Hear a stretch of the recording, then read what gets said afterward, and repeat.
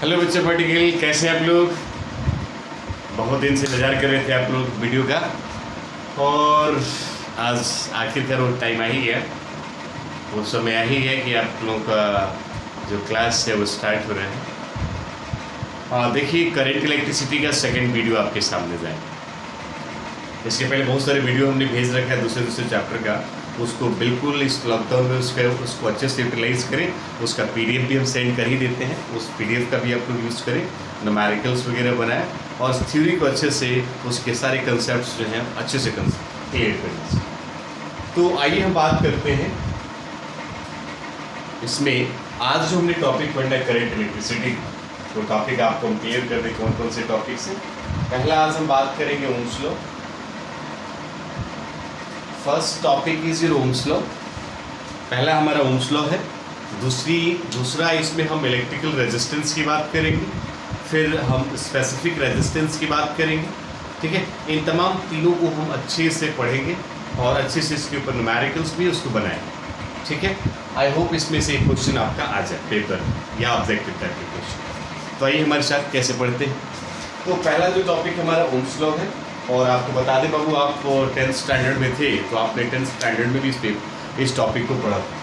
Ohms ने क्या किया था, किसी कंडक्टर में एक एक्सटर्नल सोर्स लगाया, उस सोर्स से जो भी हमारा चार्ज का फ्लो हो रहा था, उसने एक एक्सपेरिमेंट किया इस दौरान, और उसने देखा कि करंट जो है पोटेंशियल की डायरेक्टली प्रोपोर्शनल। ध्यान रखिए, करंट जो है करंट जो है पोटेंशियल डिफरेंस के डायरेक्टली प्रोपोर्शनल। कब? जब इसके फिजिकल कंडीशन कांस्टेंट हो। तो फिजिकल कंडीशन क्या हो गया? तो फिजिकल कंडीशन का मतलब हो गया प्रेशर हो गया, टेम्परेचर हो गया, वॉल्यूम हो गया, स्ट्रेन हो गया। ये सारी चीज़ें जब कांस्टेंट होती हैं तब हम आई प्रोपोर्शनल बी लिखते हैं। Means you can say according to Ohm's law, the current through any conductor is directly proportional to the potential difference across the end of the conductor, if and only if the physical condition like pressure, temperature, volume, strain, these are constant, तब हम कहते हैं आई proportional भी हो जाता है। Means simple सा सवाल है, एक नॉर्मल शाफ्ट यदि कंडक्टर भी ले लेते हो,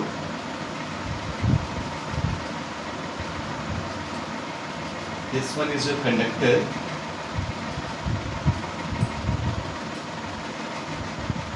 ठीक है, नॉर्मल भी आप दिखा दें, पोटेंशियल डिफरेंस भी, करंट का flow this one and this one. हम जानते हैं करंट का फ्लो पॉजिटिव टू नेगेटिव होता है। This one is a conductor, ये हमारा कंडक्टर है। तो ओम्स ने बोला था कि जो करंट है वो पोटेंशियल डिफरेंस के डायरेक्टली प्रोपोर्शनल है। कब? जब इसके फिजिकल कंडीशन कांस्टेंट हो। फिजिकल कंडीशन में कई बार बच्चे सोचते हैं इसमें क्या है, तो फिजिकल कंडीशन का मतलब क्या? प्रेशर, टेम्परेचर, स्ट्रेन, वॉल्यूम वगैरह वगैरह, ये सारी चीज़ हमारे क्या है? कांस्टेंट है। तब हम कहते हैं करंट जो है इन दोनों के एंडों के अक्रॉस डायरेक्टली प्रोपोर्शनल होता है potential difference. Means from this law I जो प्रोपोर्शनल हो क्या हमारा भी है, या इसी कंसेप्ट को हम ये भी तो कह सकते हैं V प्रोपोर्शनल आई, नो प्रॉब्लम। और ऐसा फिजिक्स सिखाता हमें कि प्रोपोर्शनलिटी का सिंबल हटाते ही एक कांस्टेंट टर्म आता है, तो V is equal to I। यहाँ ध्यान रखना है, यहाँ पे आप कह सकते हैं बाबू कि R क्या है सर? R जो है प्रोपोर्शनलिटी कांस्टेंट। R क्या हमारा? प्रोपोर्शनलिटी कांस्टेंट है, या इस R को हम बोलते हैं इलेक्ट्रिकल रेजिस्टेंस।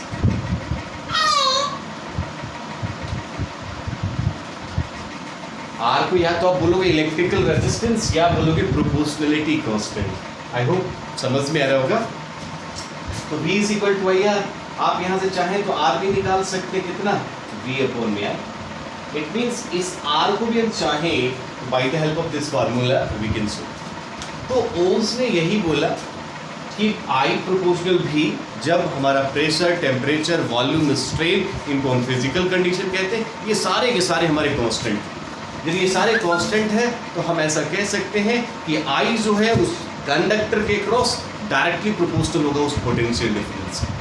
ये चीज़ें आप नोट कर सकते हैं, कोई प्रॉब्लम नहीं। तो V is equal to I R, यहाँ से आर की वैल्यू भी फाइंड आउट कर सकते हैं। पोटेंशियल, इसको V को बोलेंगे पोटेंशियल डिफरेंस, R को बोलेंगे इलेक्ट्रिकल रेजिस्टेंस।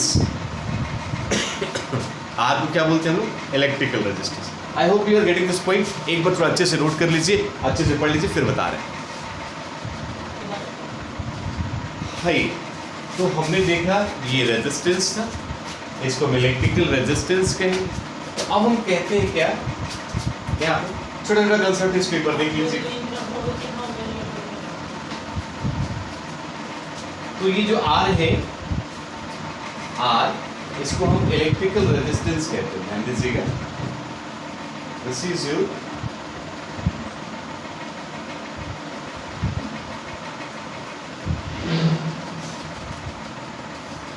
Electrical resistance. तो आपने बोला कि इलेक्ट्रिकल रेजिस्टेंस क्या है, V अपन में आई। तो यहाँ से एक डेफिनेशन भी तैयार होता है कि इलेक्ट्रिकल रेजिस्टेंस जो है वो ये जो V है, this one is your potential difference, I for electric current जो कंडक्टर के अंदर फ्लो हो रहा है। तो हम ऐसा कह सकते हैं कि जो इलेक्ट्रिकल रेजिस्टेंस है ये पोटेंशियल डिफरेंस और करंट के रेशियो के बराबर होता है। Means electrical resistance is defined as the ratio of potential difference to the electric current. कोई प्रॉब्लम नहीं है, ये R is equal to V upon में आई होगा। बट एक्चुअली ये है क्या? तो देखिए, रेजिस्टेंस का मतलब होता है अपोज करना, किसी का विरोध करना, ठीक है। तो ये अपोजिशन क्रिएट करता है किसी इलेक्ट्रिकल सर्किट में, कब? जब कोई करंट फ्लो कर रहा है। तो जैसे मान लीजिए कि हम सड़क पे चल रहे हैं और हमारे सामने ब्रेकर आ गया, और सपोज ब्रेकर आने से पहले हमारे व्हीकल्स की स्पीड जो थी, जो हमारी गाड़ी की स्पीड थी, वो 40 किलोमीटर पर आवर। बट जैसे ही हम ब्रेकर के पास जाते हैं तो हमारी स्पीड बढ़ती नहीं बल्कि घट जाती है। इट मीन्स वो ब्रेकर आपकी स्पीड को अपोज कर रहा है। सिमिलरली किसी इलेक्ट्रिकल सर्किट में जो हमारा रेजिस्टेंस है, उस इलेक्ट्रिक करंट जो उसके अंदर फ्लो हो रहा है उसको अपोज करता है। Means it opposes the electric current in electrical circuit called electrical resistance. I hope you are getting this point. ये R इज इक्वल टू कितना हो गया? V अपॉन में आई। अब हम इसके बात करें इसकी यूनिट की, तो यूनिट फॉर R, तो याद रखिएगा इसका SI यूनिट जो है वो ओम होता है, OHM, ठीक है। तो चूंकि हम ऐसा जानते हैं कि R का वैल्यू V अपॉन में आई होता है, R की जगह पे हम 1 ओम लिखते हैं, पोटेंशियल की जगह पे वोल्ट और करंट की जगह पे ampere. It means you can write here 1 ampere is equal two volt पर एम्पियर। 1 ओम किसके बराबर हो जाएगा? वोल्ट पर एम्पियर। ये इसका ऐसा यूनिट होगा। ऐसे ही हम यदि इसके डायमेंशनल फॉर्मूले की बात करें तो मिटा रहे हैं, समझ लीजिएगा। ऐसे ही इसके डायमेंशनल फॉर्मूले की बात करें, डायमेंशनल फार्मूला फॉर R, तो R is equal to V upon में कितना हो जाएगा? I। V का मतलब हो गया वर्क डन बाई चार्ज, और I मीन्स करंट, तो यू नो वेरी गुड। तो R is equal to W का मतलब क्या हो गया? तो ml/T - 2। भाई वर्क डन का डायमेंशन हम 11 से ही पढ़ते आ रहे हैं ना, तो वर्क डन का हो गया ml/T - 2। चार्ज का हमारे हिसाब से एक ही होता है, आप भी जानते हैं। और करंट का जो फंडामेंटल होता है ना एम्पियर, उसको एम्पियर को यही लिखते हैं। कुछ चीज़ें कट नहीं रही हैं, M ठीक है, L2 भी ठीक है, T का पावर 1 है, ऊपर जाएगा तो माइनस का होगा, तो -2 -1 माइनस कर 3। A को मल्टीप्लाई करें, आप बोलोगे A², बट A² नहीं होता, A2 होता है, डायमेंशनल कंसेप्ट। तो A का पावर -2 हो जाएगा। तो this is the dimensional formula for this resistance. तो ये इलेक्ट्रिकल रेजिस्टेंस है, क्या होता है, क्या इसका यूनिट, क्लियर। अब ये क्या है ना कि इलेक्ट्रिकल रेजिस्टेंस जो है कंडक्टर के किस किस बातों पे डिपेंड करता है। इलेक्ट्रिकल रेजिस्टेंस जो है वो किन किन फैक्टर पे डिपेंड करता है। भाई ये नेचर ऑफ मटेरियल पे डिपेंड करता है और उसके डायमेंशन पे डिपेंड करता है। 10th में पढ़ा था आपने, नेचर ऑफ मटेरियल पे भी डिपेंड करेगा और डायमेंशन। डायमेंशन का मतलब क्या? लेंथ पे और एरिया पे। लेंथ पे डायरेक्टली प्रोपोर्शनल और एरिया पे इनवर्सली प्रोपोर्शनल। जैसे जैसे कंडक्टर का एरिया बढ़ाओगे उसका रेजिस्टेंस घटता जाएगा, एरिया जैसे जैसे बढ़ाओगे रेजिस्टेंस घटता जाएगा, लेंथ जैसे जैसे बढ़ाओगे रेजिस्टेंस बढ़ता जाएगा, लेंथ घटाते जाओगे लेंथ रेजिस्टेंस घटता जाएगा। इट मीन्स लेंथ और रेजिस्टेंस के बीच में डायरेक्टली प्रोपोर्शनल, एरिया और रेजिस्टेंस में इनवर्सली प्रोपोर्शनल, ये हम ऑलरेडी पढ़ चुके हैं। तो यहाँ पे एक टॉपिक क्रिएट होता है, ध्यान दीजिएगा, यहाँ पे टॉपिक आता है specific resistance.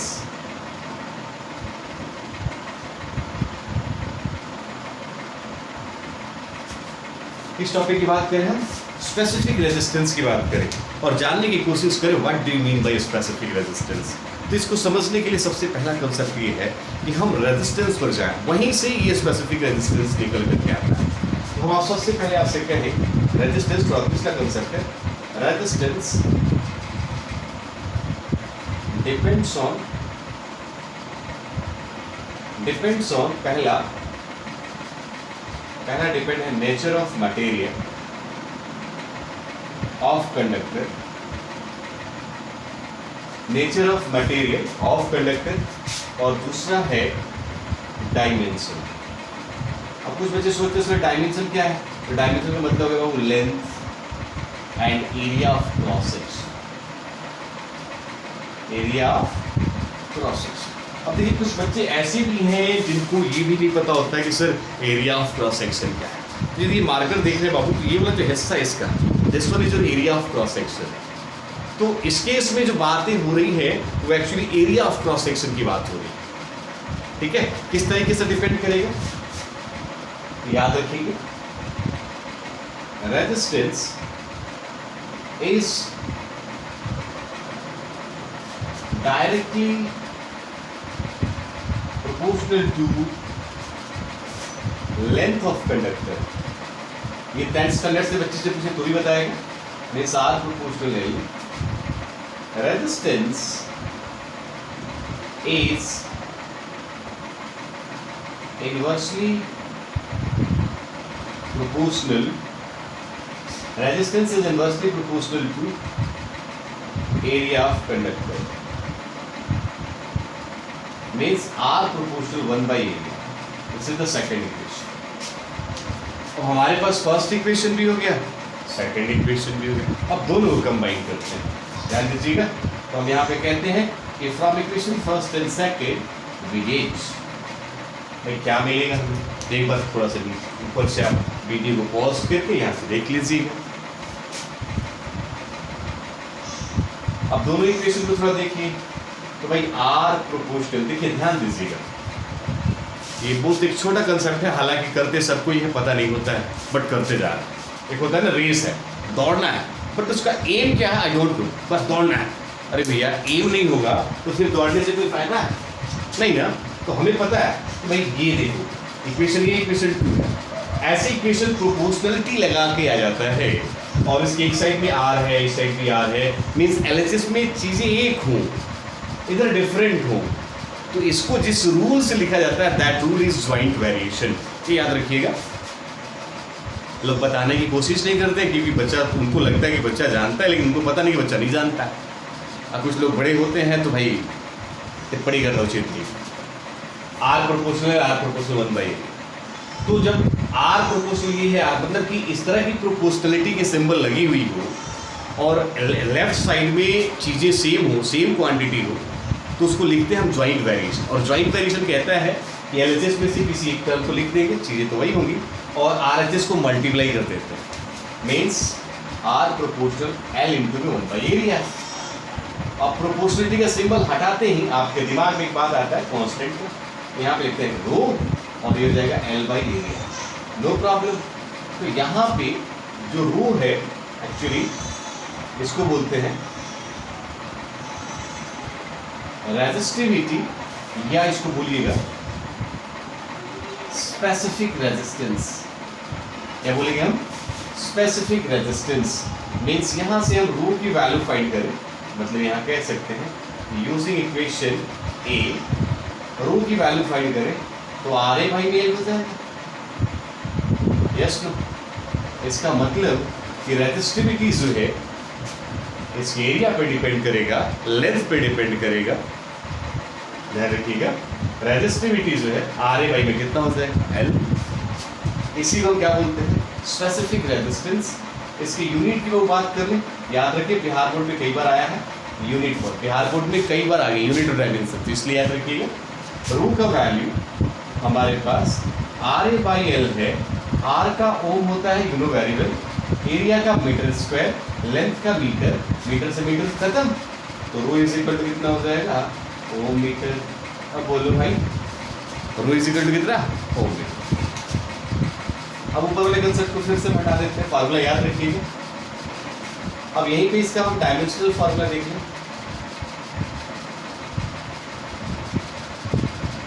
For rho is equal to formula हमारे पास RA/A होता है, RA/L होता है।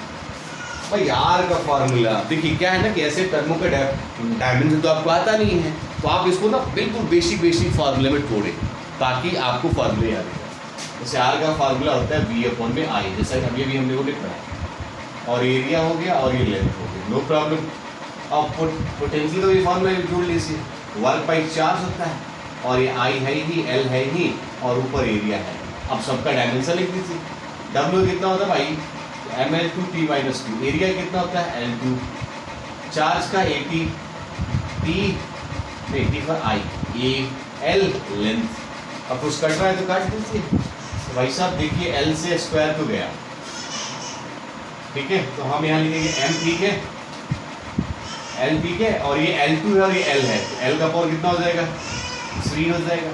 T का पावर 1 ऊपर जाएगा तो माइनस का 1, तो T-3 हो जाएगा। A 1 कर दो तो A2 हो जाएगा, ऊपर जाएगा तो -1। This is the dimensional formula for resistive. I hope guys you are getting this point. बोलो भाई।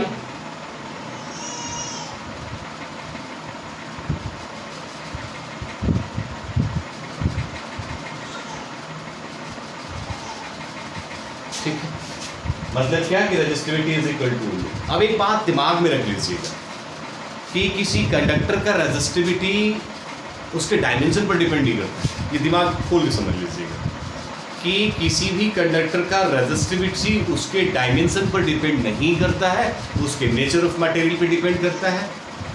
ठीक है, उसके नेचर ऑफ मटेरियल पे डिपेंड करता है, उसके रेजिस्टेंस पर डिपेंड करता है, बट उसके डायमेंशन पर डिपेंड नहीं करता है। दिमाग में रखिए। आई होप गाइस आपने अच्छे से समझा होगा। तो हमने समझा ओम्स लॉ क्या है, इसमें इलेक्ट्रिकल रेजिस्टेंस क्या है, इसमें स्पेसिफिक रेजिस्टेंस क्या है, इसका यूनिट क्या है, डायमेंशन क्या है, इसमें कुछ न्यूमेरिकल्स जो आपको होंगे एनसीईआरटी में उसको सॉल्व करना। आई होप आपको समझ में आया हो। छोटा सा वीडियो है, इसके बाद से फिर एक दूसरा वीडियो डालेंगे। तब तक के लिए जय श्री कृष्णा। देखते रहे सावधान इंडिया 5। Bye bye.